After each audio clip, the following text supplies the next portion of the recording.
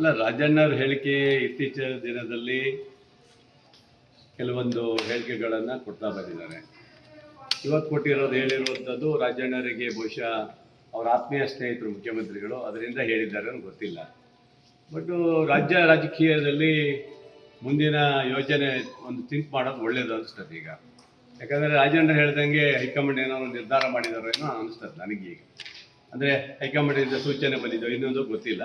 But ರಾಜಣ್ಣವ್ರು ಹೇಳಿದ್ದಕ್ಕೆ ಅವರಿಗೆ ಒಂದು ಬಾಯಿ ಸಕ್ಕರೆ ಹಾಕೋಣ, ಅವ್ರ ಮುಂದೆ ಏನೋ ಇದು ಗೊತ್ತಿಲ್ಲ. ಬಟ್ ರಾಜ್ಯ ಸರ್ಕಾರ ಮುಂದಿನ ದಿನದಲ್ಲಿ ನಮಗೆ ಸರ್ಕಾರ ಬರುವಂಥ ರೀತಿಯಲ್ಲಿ ಯಾರೇ ಇರಲಿ ಇವತ್ತು ತೆಗೆದುಕೊಳ್ಳುವಂಥ ಪಕ್ಷವನ್ನೇ ತೆಗೆದುಕೊಳ್ಳುವಂಥ ಕೆಲಸ ಮಾಡಬೇಕು.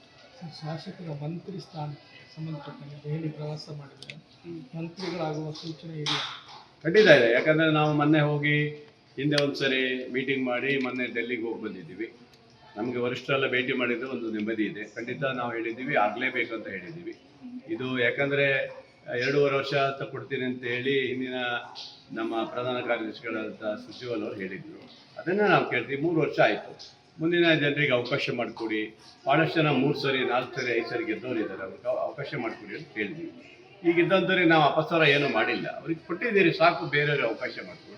ಹಿರಿಯ ನಾಯಕರಿಗೆ ಒಂದು 4-5 ಜನರಿಗೆ ಒಂದಿಷ್ಟು ಅವರಿಗಿರಲಿ, ಬಾಕಿಯದೆಲ್ಲ ಚೇಂಜ್ ಮಾಡಿದೆ ಅಂತ ಹೇಳಿದ್ವಿ ನಾವು.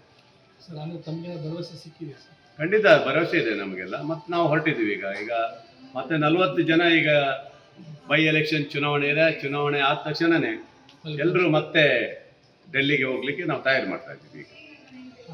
ಸರ್, ಆಮೇಲೆ ಈ ಚುನಾವಣೆ ಮುಗಿದ ನಂತರ ರಾಜ್ಯ ರಾಜಕಾರಣದಲ್ಲಿ ಬದಲಾವಣೆ ಆಗುವಂಥ ಸನ್ನಿವೇಶ ಏನು ಗೊತ್ತಿಲ್ಲ, ನಡೀಬೋದೇನು ಹೇಳೋಕ್ಕಾಗಲ್ಲ. ಅದು ಯಾವುದಂತೂ ಗೊತ್ತಿಲ್ಲ. ಬಟ್ ಅದನ್ನು ಕೇಂದ್ರ ನಾಯಕರು ತೀರ್ಮಾನ ಮಾಡೋದು. ಬಹುಶಃ ಅದನ್ನು ಏನು ಮಾಡ್ತಾರೋ ಗೊತ್ತಿಲ್ಲ. ಮುಖ್ಯಮಂತ್ರಿಗಳ ನಿರ್ಧಾರ ಅವ್ರು ಹೇಳಿದ್ದಾರೆ. ಪಾಪ ಮುಖ್ಯಮಂತ್ರಿಗಳು ಏನು ಹೇಳಿದ್ದಾರೆ, ಹೈಕಮಾಂಡ್ ತೀರ್ಮಾನ ಮಾಡಿದರೆ ನಾನು ಯಾವುದು ಎಲ್ಲಕ್ಕೂ ಒಪ್ಕೊಂಡ್ರೆ ಮುಂದುವರಿತೀನಿ, ಬೇಡ ಅಂದರೆ ಬಿಟ್ಕೊಡ್ತೀನಿ ಅಂತ ಹೇಳಿದ್ದಾರೆ. ಹಾಗಾಗಿ ಹೈಕಮಾಂಡೇ ನಿರ್ಧಾರ ಮಾಡಬೇಕು. ಅವ್ರು ಏನು ತೀರ್ಮಾನ ಮಾಡ್ತಾರೆ ಮುಖ್ಯಮಂತ್ರಿಗಳು ಬದ್ಧರಿದ್ದಾರೆ ಅಷ್ಟೇ. ಸರ್, ತಾವೆಲ್ಲ ಮಂತ್ರಿಗಳಾಗೋದು ಹೊಸ ನಾಯಕತ್ವದಲ್ಲ ಹಳೆ ನಾಯಕತ್ವ? ಅದು ಹೇಳಕ್ಕೆ ಬರಲ್ಲ, ಯಾವ ನಾಯಕತ್ವ ಅಂತ ನನಗೆ ಗೊತ್ತಿಲ್ಲ. ಒಟ್ಟಿನಲ್ಲಿ ಅವ್ರು ಹೇಳ್ದಂಗೆ ಹೈಕಮಾಂಡ್ ತೀರ್ಮಾನ ಮಾಡಿದ್ರೆ ಒಂದು ನಾಯಕತ್ವದಲ್ಲಿ ಆಗ್ತೀವಿ. ಆಮೇಲೆ ಬಾಗಲಕೋಟೆ ಮತ್ತು ದಾವಣಗೆರೆ ಚುನಾವಣೆ ಖಂಡಿತ 2 ಕ್ಷೇತ್ರದಲ್ಲೂ ಗೆಲ್ತೀವಿ. ಯಾಕಂದರೆ ನನಗೆ ಮಾಹಿತಿ ಬಂದ ಪ್ರಕಾರ ಬಾಗಲಕೋಟೆಯಲ್ಲೂ ಚೆನ್ನಾಗಿದೆ, ದಾವಣಗೆರೆಯಲ್ಲೂ ಚೆನ್ನಾಗಿದೆ.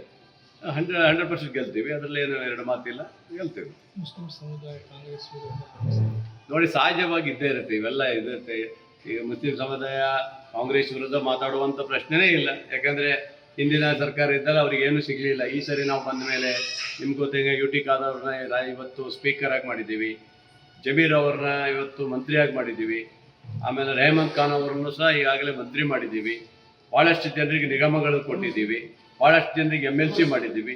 ಆಮೇಲೆ ಹಾವೇರಿಯಲ್ಲಿ ಪಠಾಣ್ ಅವರಿಗೆ ಮತ್ತೆ ಎಲೆಕ್ಷನಲ್ಲಿ ಕೊಟ್ಟು ಗೆಲ್ಲಿಸಿದ್ದೀವಿ. ಪಠಾಣ್ ಅವರಿಗೆ ಅವ್ರಿಗೂ ಇದಕ್ಕೆ ಮುಸ್ಲಿಮ್ಸಿಗೆ ಕೊಟ್ಟಿದ್ದೀವಿ. ಮೊನ್ನೆ ನಮ್ಮ ಬಲ್ಕೀಸ್ ಬಾನ್ ಅವರಿಗೆ ಶಿವಮೊಗ್ಗದಿಂದ ಮತ್ತೆ ಅವರಿಗೆ ಆಯ್ಕೆ ಮಾಡಿಕೊಟ್ಟಿದ್ದೀವಿ. ಎಲ್ಲ ಅವಕಾಶಗಳನ್ನು ಕೊಟ್ಟಿದ್ದೀವಿ. ಇನ್ನು ಅವ್ರು ಬೇರೆ ಇದು ಅಂದರೆ ಬರಲಿಕ್ಕೆ ಸಾಧ್ಯನಾ? ಹಾಗಾಗಿ ನಮ್ಮ ಪಕ್ಷ ಸರ್ವಧರ್ಮರನ್ನ ಇಟ್ಕೊಂಡು ಹೋಗಿರುವಂಥ ಪಕ್ಷ, ಜಾತ್ಯತೀತ ಪಕ್ಷ. ಖಂಡಿತ ಸಮಾನತೆ ಇದೆ. ಯಾರೋ ಮುಖಂಡರು ಮಾತಾಡಿದ ತಕ್ಷಣವೇ ಅದು ಇಡೀ ಸಮಾಜ ಇದಾಗ್ಲಿಕ್ಕೆ ಸಾಧ್ಯ ಇಲ್ಲ. ಹಾಗಾಗಿ ದಾವಣಗೆರೆ ನಾವು ಗೆದ್ದು ತೋರಿಸ್ತೀವಿ, ಆಮೇಲೆ ಮಾತಾಡ್ತೀವಿ ಅಷ್ಟೇ. Thank you. ನೀವು ಸಣ್ಣ ಆಗ್ಬೇಕಲ್ವಾ? ಅದು ಒಂದು ಉತ್ತಮ ಆಹಾರದಿಂದ ಸಣ್ಣ ಆಗ್ಬೇಕಲ್ವಾ? ಪ್ರತಿದಿನ ನಮ್ಮ ಜೀನಿ ಸ್ಲಿಮ್ನ ಯೂಸ್ ಮಾಡಿ ಯಾವುದೇ ಸೈಡ್ ಎಫೆಕ್ಟ್ ಇಲ್ದಂಗೆ ನೀವು ಸಣ್ಣ ಆಗ್ತೀರಾ.